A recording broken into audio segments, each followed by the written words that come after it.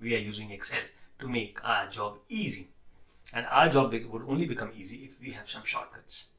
Now these shortcuts are called functions in Excel. What these functions are, so like if you want to sum a set of cells, the function is sum. If you want to get an average of a set of cells, it is the average function. If you want to get a minimum or a maximum, it's the minimum or maximum function. If you want the count, it's the count function. If you want the percentage of something, it's the percentage function that you use. So instead of doing the basic calculations like we do when we do it on our notebook or for the usual purposes, Excel does our job easy by giving us these functions. Now, what are these functions and how do we use it? For this, we will take a quick help of ChatGPT to know what is the sum function and how can I use it here in my Excel sheet. So for that, I will open my ChatGPT screen. That's my ChatGPT. I haven't logged in or signed up, but I can still use ChatGPT. Now, what I want to do is I want to sum cells B4 to B8 and I delete this. I want to get the function of how do I add B4 to B8 without doing B4 plus B5 plus B6 plus B7 to B8. I need a function for it. What's that? I'll ask ChatGPT. Give me, I want to add cells B4. What's that? B4 to B8. I want to add B cells B4 to B8 in Excel using the sum function.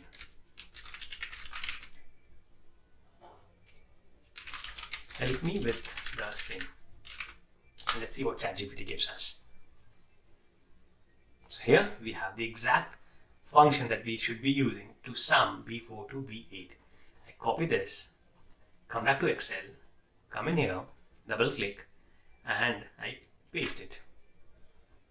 And I do an enter. Do you see the magic? I now have sum B4 to B8. If you see here in the formula bar, it's sum B4 to B8 and it adds everything from B4 to B8. Now that we have it, we can simply go copy and paste it and it will do the same, changing from B4 to B8 to C4 to C8 and D4 to B8 and so on. Easy, isn't it? Now, let's say I do not want to use ChatGPT for this and I still want to use the sum function. Here, I do the formula, use the formula builder. What I do is I click on this cell. Here I have the option to insert function. What I want to search is, I want to search the sum function. Here is the sum function. So there are so many sum functions, but I want to use the basic sum function. And I click on OK. Now it says, what do I want to sum? I want to do a sum from B4 to E4, right? Number 1, number 2, and so on. So I want to add B4 to E4. And I do a OK. It gives me the sum of B4 plus E4 plus D4 plus E4. That was easy. Now there's another way to do it. I delete it once again. I go back to the formula builder here. I select sum. OK. You see here is this small arrow which will help me select what exactly do I want to sum. So I want to select B4 to E4 and I do a enter and I click on OK. Again the same thing.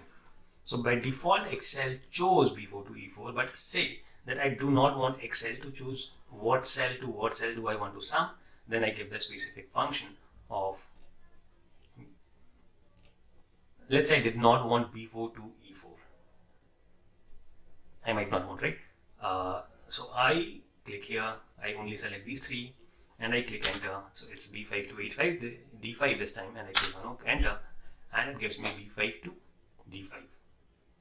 But I do not want B5 to D5. So I copy this and I paste it here, I paste it here, I paste it here, and I paste it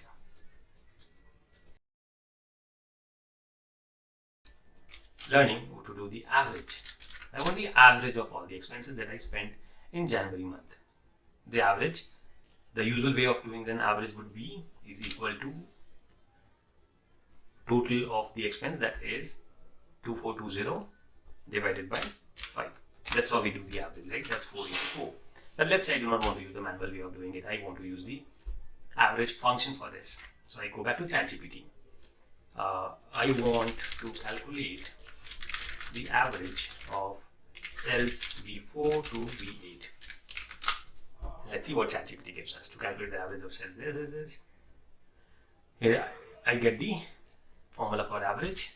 I come here, I click on this, and I select it. So 484 is the average. Similarly, I can once again go to the formula bar.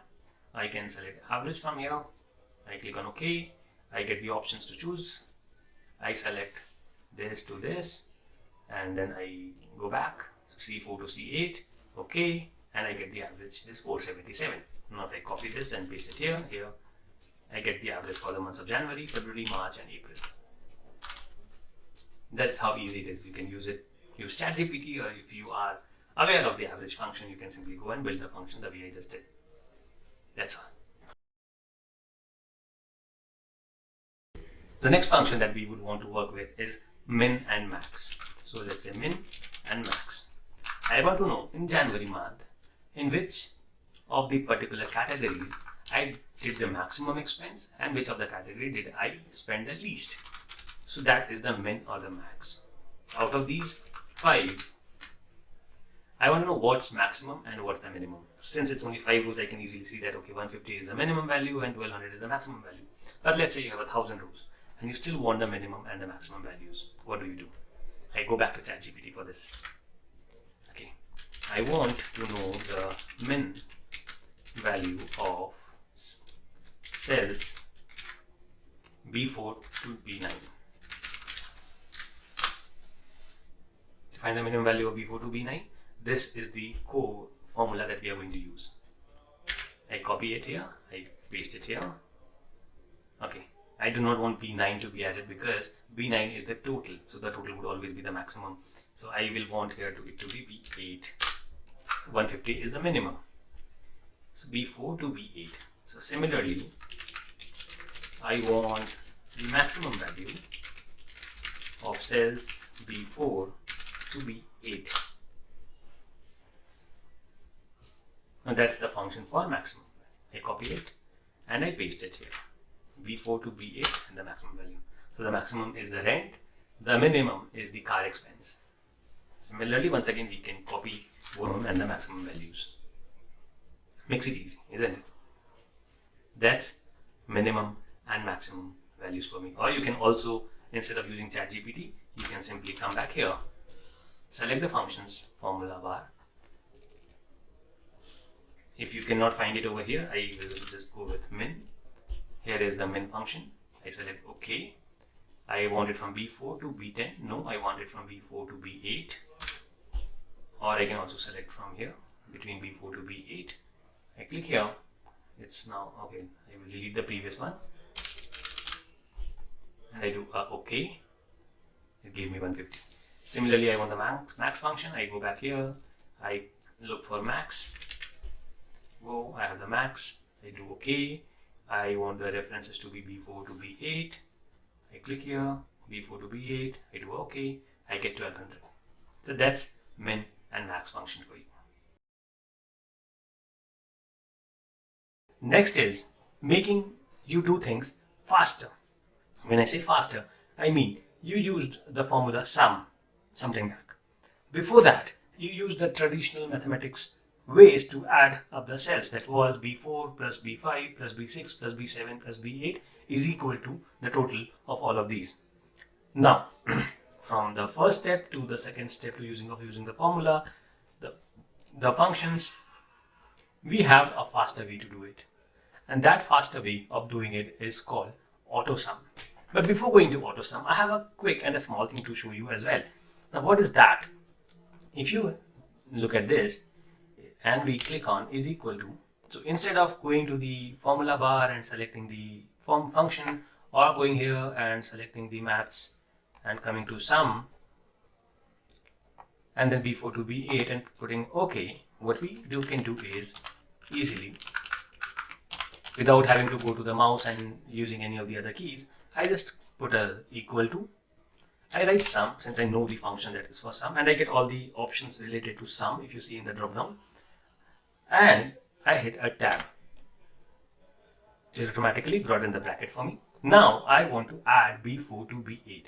So what I do is, I take my cursor above, select the starting one, click on the shift key, bring the arrow down, keep going down until the cell that I want to add up to, that is B8, and I hit enter. Here I have it. So let me come again, is equal to, I write sum, hit on the tab key, I select B4, hit on the shift key, click on the down arrow until B8 and enter. So I get the total. So that was a quick shortcut way of doing the sum without having to do auto sum. But what is auto sum all about? Let's look at that as well. If you see on the formula bar, there is an option called auto sum. What does it do? What it will do is, when you hit on auto sum, it will just go in and add up all the cells that are just above it. Remember, all the cells above it, but those cells will only be the numbers. So if there's a text above, it won't add it. Let's give it a try. So I am on this cell that is active. I click on auto sum and I automatically, magically got sum B4 to B8 and hit on enter. So here I have it. Just with one click, I got the auto sum of all the cells that I wanted to. So without having to go to formula and writing sum and doing all of that, with just one click, I got the sum of the above. Similarly, if I come here, let's remove this one for now. Okay, so similarly, if I come here and I delete all of these and I click auto sum here, I got B4 to D4. So it did not take the cells above it this time, but it took the cells on the left of it. That's interesting. But what if there are some numbers on the right? Let's say you have these numbers over here and you want the auto sum here. Will that work? It won't. So if I click on auto sum, it will always take the data to the left. It has to the left, or data that it has to the top. It won't take the data that it has to its right, or data that's below it.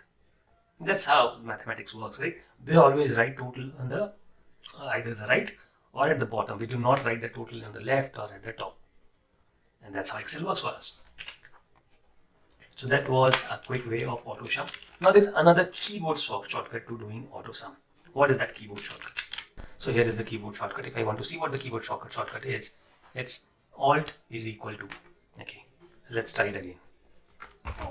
Alt is equal to. Yes, it worked this time. Okay, you want to check it once again? How quick it was. I did not have to go take the mouse, click on auto sum. Rather, I was able to do it quickly from my keyboard itself by just clicking on two keys. The first key was Alt and the second one was is equal to, and enter. We got the sum. Interesting and extremely fast, isn't it? Yes, it was. Great. So now that we know of auto sum, there's another interesting thing that I would want to add to it. Let's say I once again do the auto sum here, and I have it done here. One way of doing the same thing calculations here was to copy it and to paste it in different cells. Excel provides you a faster and a quicker way of doing the same. How does it work? So if you carefully look at it, there is a small dot over here. What does that do? So if I bring my cursor on top of it, it changes to plus. And when it comes, make sure that it changes to plus. And when this is plus, you click on the mouse button and drag it to the bottom. What it is doing is, it is copying it and pasting it, or I would say it is formatting the formulas into the next cells. So it quickly did the total of all of it. And that was how quick it was without having to do a copy and a paste. You simply drag and drop. Let's see this again. Let's try it out for this one. We have it here. I bring my cursor here and I simply drag and leave it. So I have the auto sum of all of this. That was interesting, isn't it? I think that should be all in auto sum, and auto fill is what we just learned. So if you have any further questions or anything that you did not understood or you were not clear about the shortcuts or something, do not hesitate in asking me the questions in the Q&A section. I'll be more than eager to answer all of that. Let us now continue our auto sum and auto fill to other areas of Excel. If you look at the formula bar and the auto sum, and you click on the arrow that's right here, you see there are other options: auto sum, average, count numbers, max, min, and you have the options to add more functions to it. But let's now be at average, max, and min. How does this work? Okay, so here we have it. I will delete this, I will delete this, and I will come to max, min. Here if I hit on auto sum, I want the min value. Okay, so it took the min value of all the cells above it. Meaning if I have to take the max value, so right now the max value will surely be the total cell. Let's see, max. Okay, it did not take the value of the empty cell, and that's why it stopped right there. So what we will have to do is if we want to calculate the min or the max, let's say I want to calculate the max over here. It's then when enter max and enter, max and enter. Similarly, if we were to calculate the average, I come back to auto sum, average, enter, and for the autofill we can again continue working on the autofill, and it autofills for us the next cell values as well. So that was few more things where you can use or utilize auto sum feature. I hope you enjoyed this, and if you have any questions, once again feel free to ask with me in the Q&A section of this course. I'd love to help you. See you. Bye bye.